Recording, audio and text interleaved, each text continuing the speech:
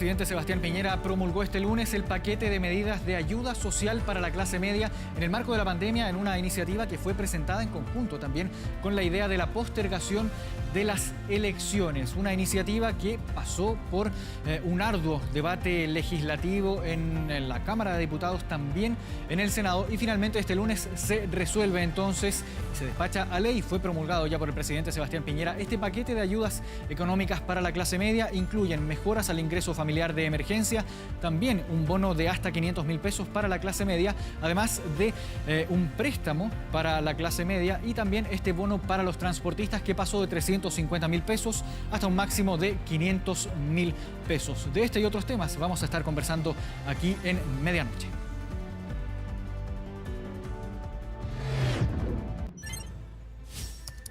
Medianoche.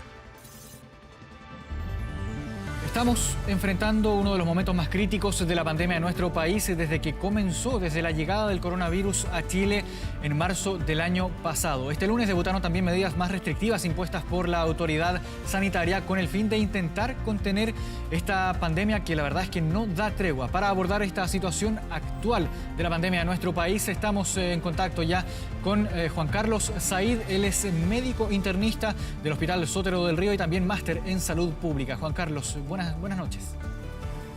Hola, buenas noches. Muchas gracias por la invitación.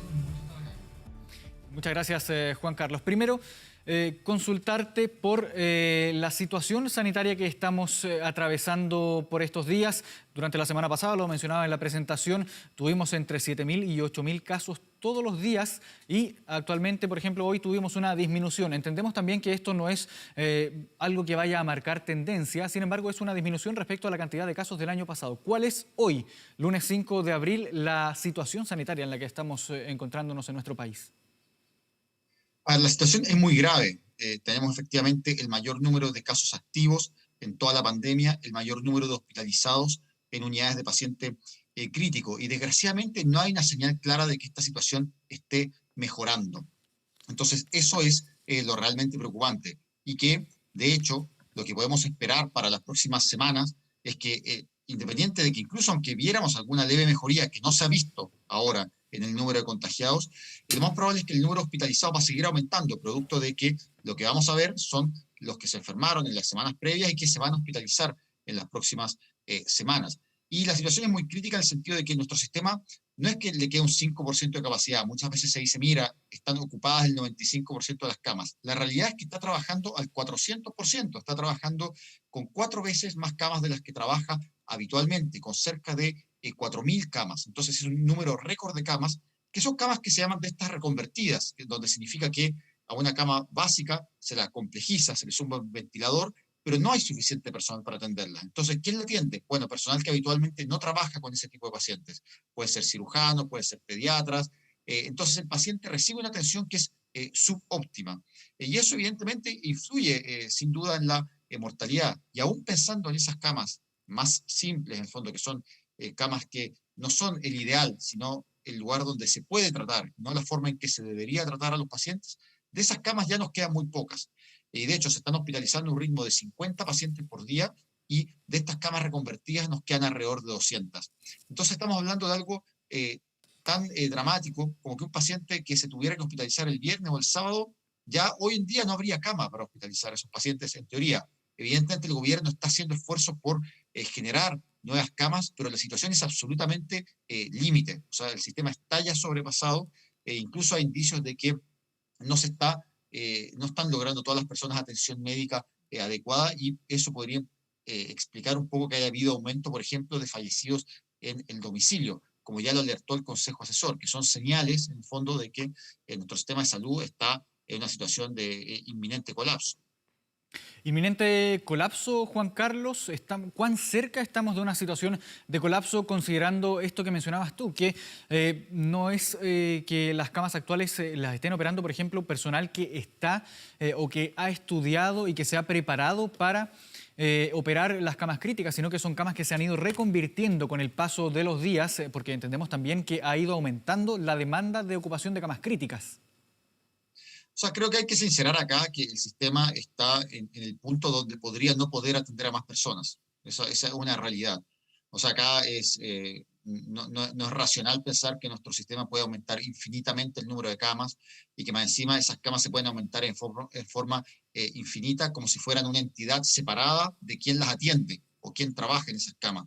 Recordemos que un paciente en una UCI no solo necesita un médico, necesita enfermeras, necesita paramédicos, es un paciente al que hay que hacer hay que cambiarle pañales, hay que limpiarlo, hay que movilizarlo varias veces al día. En ese trabajo colaboran distintas personas, es todo un equipo, y ese equipo no se genera de un día para otro. Y cuando evidentemente a ese mismo equipo se le cargan 10, 15 o 20 camas más, la calidad de ese cuidado se deteriora, y ya eso lo estamos viendo hoy en día. Entonces creo que acá lo clave es que efectivamente estamos aplicando una medida como la cuarentena, que es una medida que tiene efectos adversos, que es una medida que es más efectiva cuando se aplica en forma intensa y por corto tiempo, de modo de cuidar la economía y al mismo tiempo cuidar la salud de las personas. Entonces acá, esta medida, que no es una medida deseable, es desgraciadamente la única que tenemos o la única herramienta que nos queda para contener una situación de contagio que desgraciadamente está fuera de control, y a diferencia de lo que ha sucedido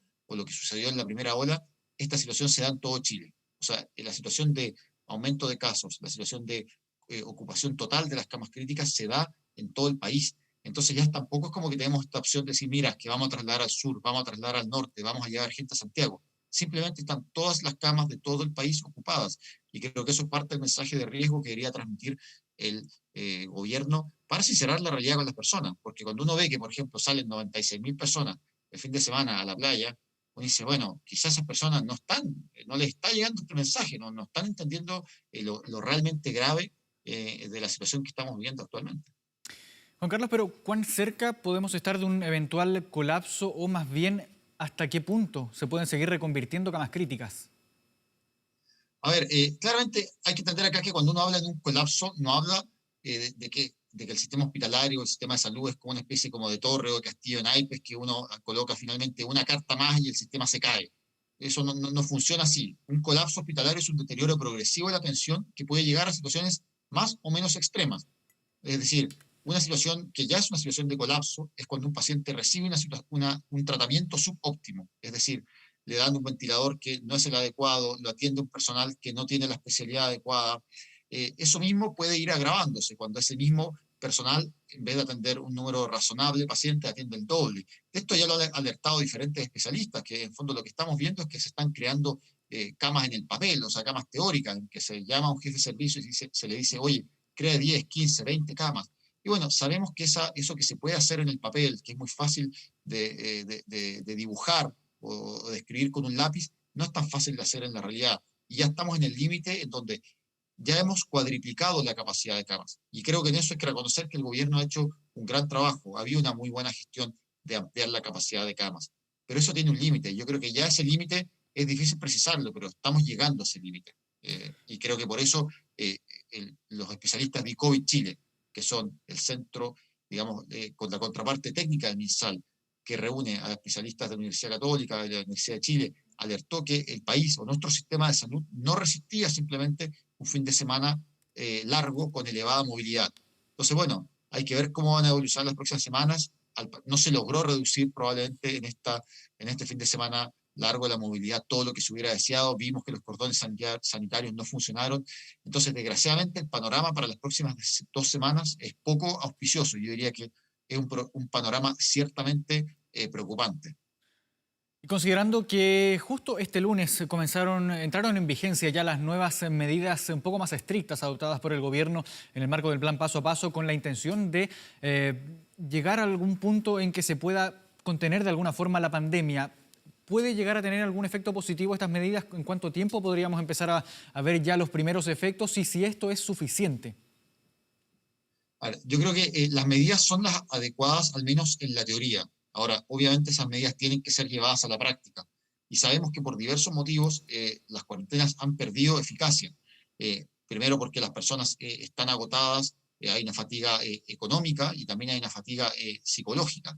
Entonces, es muy importante que el gobierno no se quede solo en decir que se van a implementar estas medidas, sino que se haga llegar ayuda oportuna económica y que además se la fiscalice en forma adecuada. Acá lo que hay que evitar a toda costa es lo que pasó quizás en la primera ola, que terminamos eternizando cuarentenas a medias que generaban un doble daño. Por un lado, no permitían cortar definitivamente la cadena de contagio y reducir el número de enfermos, y al mismo tiempo dañaban la economía, porque efectivamente era una economía que estaba funcionando a media máquina. Acá lo que hay que hacer es hacer una cuarentena muy estricta, lo más corta posible, que permita efectivamente reducir los contagios. Entonces, la clave acá está no en las medidas que se anunciaron, que me parecen en la dirección correcta, sino en cómo se implementan. Y creo que estas medidas deberían ser complementadas con todo lo que se puede hacer para acelerar la velocidad de vacunación.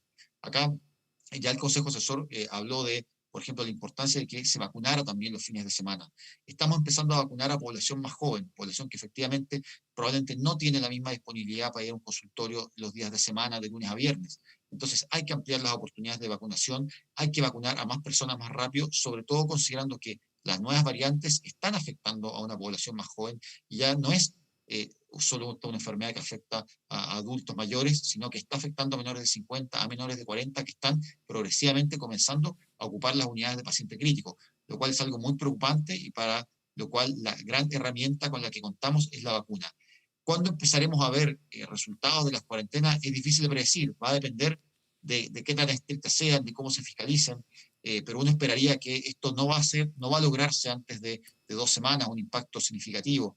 Entonces, también en ese sentido preocupa quizá la fecha de las elecciones, porque uno tiene la duda o hay una incertidumbre razonable de qué tanto mejor va a estar el país para el momento de las elecciones. Creo que eso es sin duda algo bastante donde hay incertidumbre, donde puede ser que la situación esté mejor que ahora, pero no dramáticamente mejor, y que efectivamente lleguemos a mayo en una situación que aún sea muy crítica. Juan Carlos, muy brevemente y una última pregunta que no puedo dejar de hacer. El presidente Sebastián Piñera descartó esta jornada que hubiera habido exitismo en torno a la comunicación respecto a cómo se manejaba la pandemia. Durante la semana pasada y antepasada vimos varias críticas o artículos críticos escritos por medios internacionales. A tu juicio, ¿hubo o no hubo exitismo en el manejo y en la comunicación de la pandemia?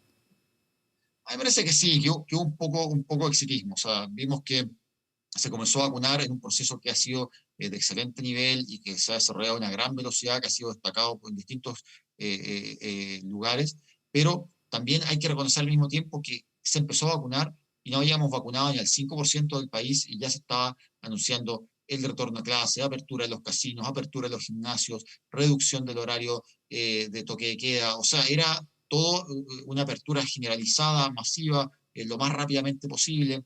Entonces creo que efectivamente hubo un exceso de confianza. Creo que desgraciadamente perdimos la oportunidad de, dado que estábamos vacunando tan rápido, hubiera sido posible esperar 30, 45 días con medidas que siguieran siendo restrictivas, como por ejemplo no partir de inmediato con las clases, y eso nos habría permitido quizá partir con clases en abril, en un contexto donde ya habríamos tenido un 30% o cerca de un 30% de las personas con 2 dosis de las vacunas. Entonces creo que fallamos ahí y desgraciadamente perdimos una oportunidad de que las últimas cuarentenas que tuvimos no hubiera que repetirlas. Y desgraciadamente caímos en esta especie como de día de la marmota en que nuevamente vamos a estar en estas cuarentenas y volvemos a un 2021 que, muy a mi pesar y muy para el pesar de todo el equipo de salud en el país en general, que está profundamente agotado, vamos a vivir un año que no se va a diferenciar mucho, al menos en el primer semestre, de lo que fue el año anterior. Yo creo que la situación va a ir mejorando, pero esto va a ser lento, progresivo, va a demorar meses y hay incertidumbre de que pudiera haber variantes que se escapen, por ejemplo, a las vacunas. Entonces creo que el mensaje del gobierno tiene que ser siempre un mensaje de cautela y que también transmita la gravedad de la situación actual. Porque creo que si no se le dice a las personas que efectivamente no hay camas y que lo que estamos haciendo es hacer un esfuerzo desesperado, una especie de usar la línea de crédito, de sobregirarnos al máximo, estresando al máximo al personal de salud, si no se transmite ese mensaje, la sensación que hay es que el país tiene como un stock ilimitado de recursos sanitarios, lo cual no es real. Entonces, creo que hubo exceso de confianza, sí, hubo exceso de confianza. Ahora, creo que no tiene mucho sentido lamentarse sobre eso que pasó y yo me enfocaría en lo que viene más adelante. Creo que lo mismo le recomendaría al ministro, sí, mira, ¿sabes qué? En verdad, dejemos de pensar en qué dijo el New York Times, qué dijo el Washington Post y concentrémonos en cómo podemos fiscalizar mejor las cuarentenas, cómo podemos hacer que estas sean cortas y lo más efectivas posible, y del mismo modo cómo podemos acelerar la vacunación. Creo que hay todavía cosas que se pueden optimizar, no cuestionando el proceso, ha sido un proceso muy bueno, pero cuanto más rápido lo hagamos, mejor. Y creo que en ese sentido, por ejemplo, alternativas como la vacunación de los fines de semana podría ser algo interesante a desarrollar. Bien, Juan Carlos Said, máster en salud pública, médico internista del Hospital Sotero del Río. Muchas gracias por habernos acompañado esta noche. Listo. Muchas gracias. Luego. Chao, chao. Buenas noches. Bien, y nosotros vamos a hacer una pequeña pausa, pero siga nuestra sintonía porque ya volvemos a medianoche.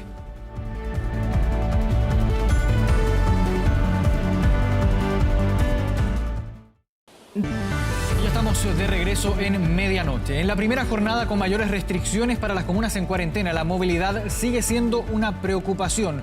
A eso se suma la poca claridad que tiene el comercio respecto a cuáles son los productos esenciales y cuáles no. ¿Cómo funcionó el primer día hábil con estas nuevas medidas de restricción? Lo revisamos en la siguiente nota. La ropa la tienen toda así guardada, los zapatos. Están con sellos y esas cosas. Estamos afectados como todos los comerciantes en Chile nomás. Ponerle el hombro y tratar de ser resiliente nomás. Por la cantidad de vehículos que se ve y la cantidad de gente parece que no hay cuarentena. Primer día con mayores restricciones y este era el panorama en distintos puntos de la capital. Anda bastante vehículo y bastante gente. La verdad es que lo veo igual, a lo mejor un poco más inclusive. Poca gente, amiguito, poca gente. ¿Cómo? Poca gente, mijo. Bastante congestión, la verdad, sí. Según cifras del Ministerio de Transportes, entre las 6 y 10 de la mañana, la movilidad disminuyó un 27% en comparación con el lunes 2 de marzo. Vemos que el efecto no es tan fuerte como lo que observamos el fin de semana. Todavía queda una posibilidad de mejora. Sin embargo, vemos una caída importante, así que creemos que esa combinación entre el confinamiento y la gestión de permisos es la medida adecuada. Pero, ¿es suficiente esta disminución para frenar la curva de contagios? Una reducción de un 27% es bienvenida, pero necesitamos avanzar y tener una mayor reducción para que esto se traduzca en una reducción del número de casos diarios de COVID-19. Movilidad que preocupa a las autoridades y expertos y que se espera disminuir con las restricciones al comercio. Hoy el barrio Patronato lucía con el total de sus cortinas abajo. Un duro golpe para los locatarios. Antonio es uno de ellos. La pandemia lo obligó a cerrar su tienda de ropa y solo estaba funcionando a través de delivery, una alternativa que desde este lunes está prohibida y que cayó como un balde de agua fría. Ahora no se puede, porque en realidad tampoco se puede ofrecer, pero también existe el miedo, o sea, el riesgo de ofrecer ropa y de repente que te pillen y todo y meterse en algo que... O sea, lo que menos queremos es digamos, infringir la ley, o sea, por tratar de salvarnos, o sea, estamos en lo justo. Una restricción que también incluye a los supermercados. Así amanecieron algunos pasillos de las tiendas, góndolas tapadas con cintas, mientras otras se permitían la venta. Se puede comprar refrigeradores, creo, cocina, que el resto no. No hay tipo de restricción.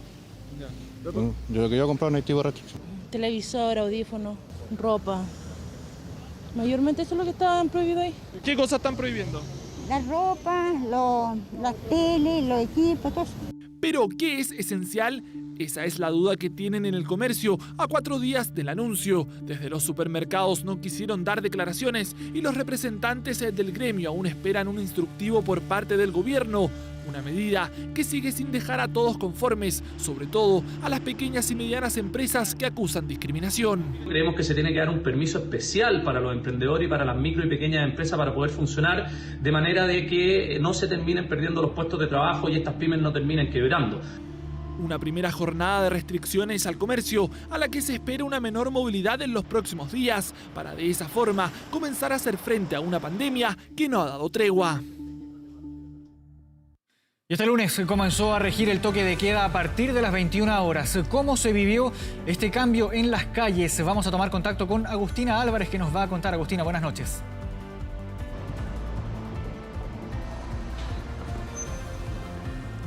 Sí, ¿cómo están? Muy buenas noches. Un toque de queda al cual estábamos acostumbrados que comenzara a regir a partir de las 22 horas, pero claro, fue la subsecretaria Catherine Martorell quien el jueves pasado anunció un cambio en esta medida y que anunció que el toque de queda se adelantaba en 1 hora, es decir, en vez de comenzar a regir a las 22 horas, este comenzaba a regir a partir de las 21 horas.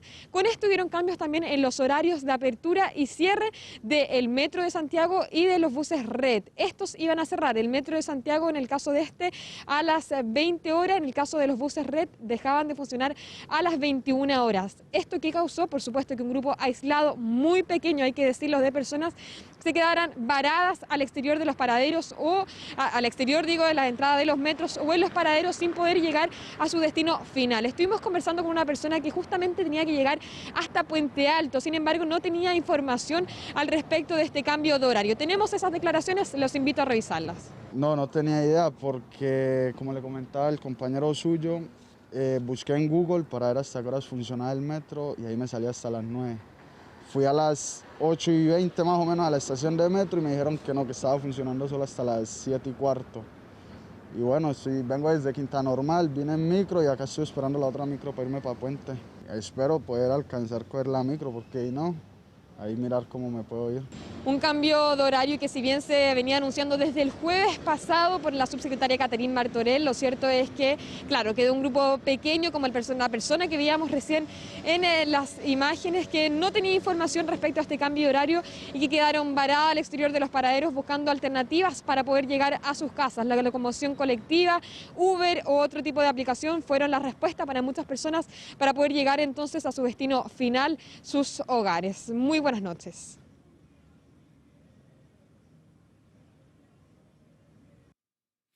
Gracias, Agustina, por el informe. Muy buenas noches. Y después de casi 2 semanas de tramitación, el Congreso despachó la ley que establece el pago de un bono para la clase media. Esta medida incorpora un préstamo solidario, incluye a un grupo de pensionados y significó también la ampliación del ingreso familiar de emergencia. Se espera que los beneficios se comiencen a pagar durante el mes de abril. ¿Por qué tiene que existir una letra chica? Si lo están ayudando, que lo ayuden bien. Catalina postuló el año pasado al bono clase media, ingresó sus datos y calificó, pero cuando llegó el depósito se llevó una mala sorpresa. Me di cuenta que solamente recibí 41.000 pesos. Su familia, compuesta por 5 personas, recibió los meses previos el ingreso familiar de emergencia. Por eso, esos montos se descontaron de los 500.000 pesos. Pucha, ¿por qué si se supone que es una ayuda? Teniendo cuentas que pagar, tengo a mi papá enfermo, entonces fue como súper mal. Y la posibilidad que esa situación se repitiera este año provocó tensión y polémica en el Congreso este domingo. Había un acuerdo y esperamos que ojalá se honre. Pero una conversación no significa un acuerdo. ¿Ministro, había o no había acuerdo? Vamos a seguir discutiendo. No hubo nunca un acuerdo y hemos sido súper claros en esto. La tramitación del bono clase media en el Senado se complicó porque hubo oposición a la idea del gobierno de descontar de los 500.000 pesos los montos recibidos por el IFE durante enero y febrero. Y es lo que un grupo de parlamentarios quiso evitar. El gobierno este lunes estuvo disponible para revisarlo. Hemos llegado a un acuerdo con la Cámara de Diputados, subsanar el problema del descuento del IFE con respecto al bono clase media. Ya no serán incompatibles ni se restarán los beneficios, un acuerdo que se zanjó con los diputados y previo a la votación final. Valoramos, por cierto, este acuerdo. Es mejor siempre un acuerdo que una postergación. Resultado de la votación. Aprobado. Y se despacha el proyecto a ley. Finalmente, el bono clase media es una realidad. Para quienes ganan o ganaban entre 326.000 y 408.000 pesos, el bono de 500.000 será automático. Para los sueldos entre ese monto y el 1,5 millones, el requisito será demostrar una caída en sus ingresos del 20% comparando el segundo semestre de 2019 y 2020. Y para los que tengan un salario sobre el 1,5 millones, la exigencia es la misma, pero el bono será decreciente. Y se complementará con un bono adicional de hasta 250.000 pesos que pagaremos en el mes de mayo, según la composición del grupo familiar. La ley que ya fue promulgada además incorpora un bono de 100.000 pesos para los pensionados por renta vitalicia, retiro programado y del sistema antiguo, siempre y cuando tengan una jubilación inferior a los 408.000 pesos. También se contempla un bono de 500.000 para los transportistas y choferes. Hay unos días en los cuales tiene que hacer un trabajo interno el Servicio de Impuesto Interno, conseguir las bases de datos y esperamos, dado que se ha despachado hoy día ley, poder estar pagando durante el mes de abril. El bono clase media y el préstamo solidario ya son una realidad, un proyecto que busca llegar con ayuda directa a más de 2 millones de personas justo en el peor momento de la pandemia en el país. ¿Y qué ocurrió finalmente con el proyecto para postergar las elecciones para el mes de mayo? Este proyecto, recordemos, se fue a comisión mixta. Vamos a tomar contacto de inmediato con Kevin Felgueras, que está en el Congreso y nos cuenta todos los detalles. Kevin. ¿Qué tal? Muy buenas noches. Cerca de la medianoche se zanjaron todos los puntos de esta normativa que cambia la fecha de las elecciones. Eran 4 las controversias entre el Senado y la Cámara de Diputadas y Diputados, siendo una el principal nudo.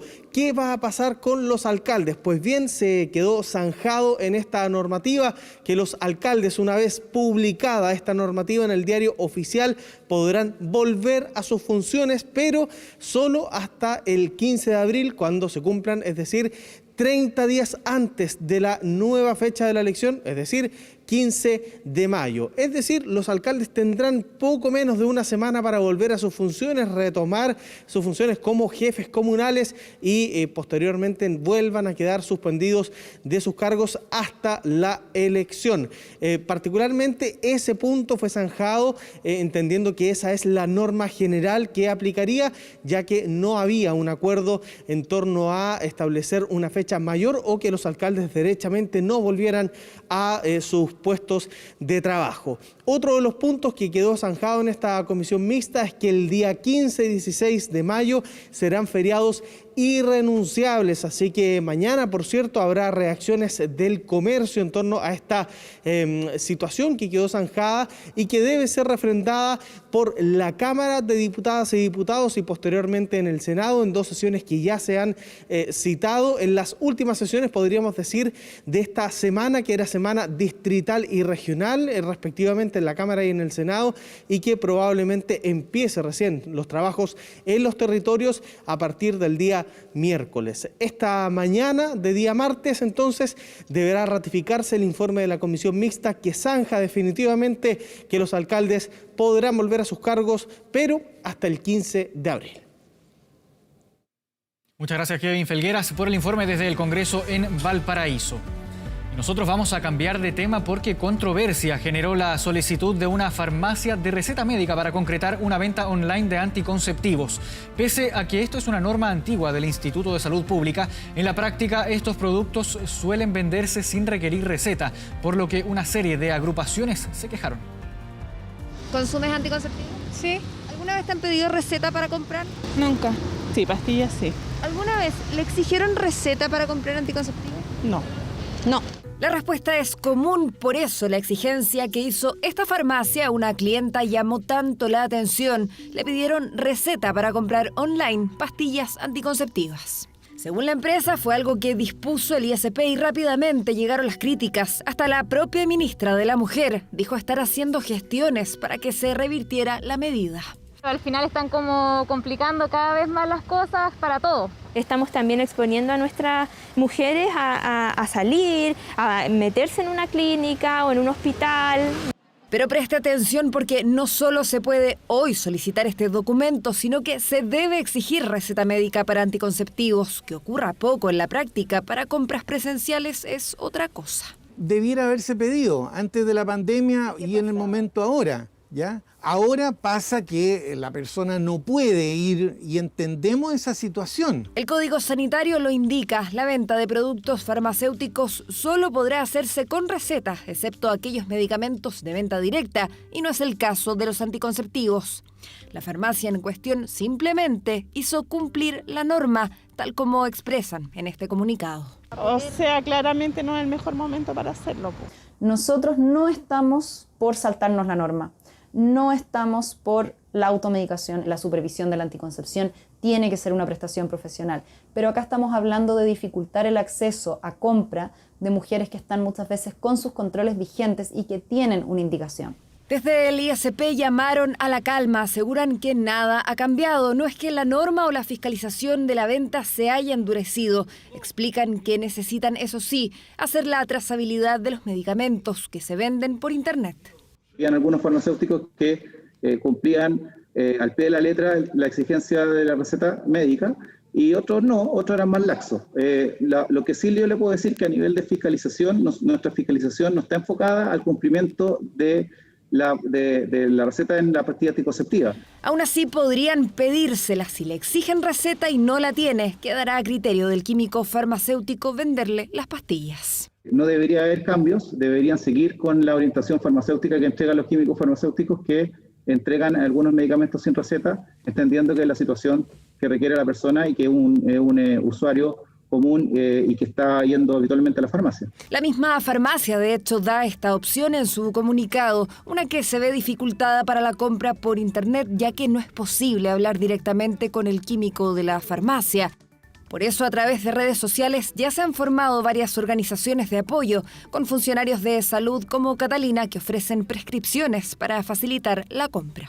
Sentí que yo tenía en mis manos el poder hacer una ayuda y una solución frente a este problema que se genera más encima en un momento tan difícil como en el que estamos. Un trabajo que estamos haciendo de la manera más responsable que podemos, pero evidentemente no reemplaza una atención en salud y además lo estamos haciendo al margen del sistema de salud. Así que no es la solución óptima, pero en ningún caso vamos a dejar solas a las mujeres. Alternativas para que el acceso a los anticonceptivos no siga dificultándose en un periodo de por sí complejo. Una norma poco conocida que otra vez pone en el centro del debate el derecho a la salud sexual y reproductiva en Chile.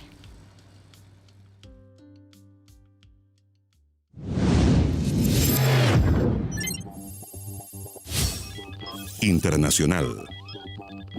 Y llega el momento de revisar las noticias internacionales de la jornada en medianoche. Miles de turistas llegaron a las playas y balnearios de Acapulco, todo esto en medio de la temida tercera ola de la pandemia.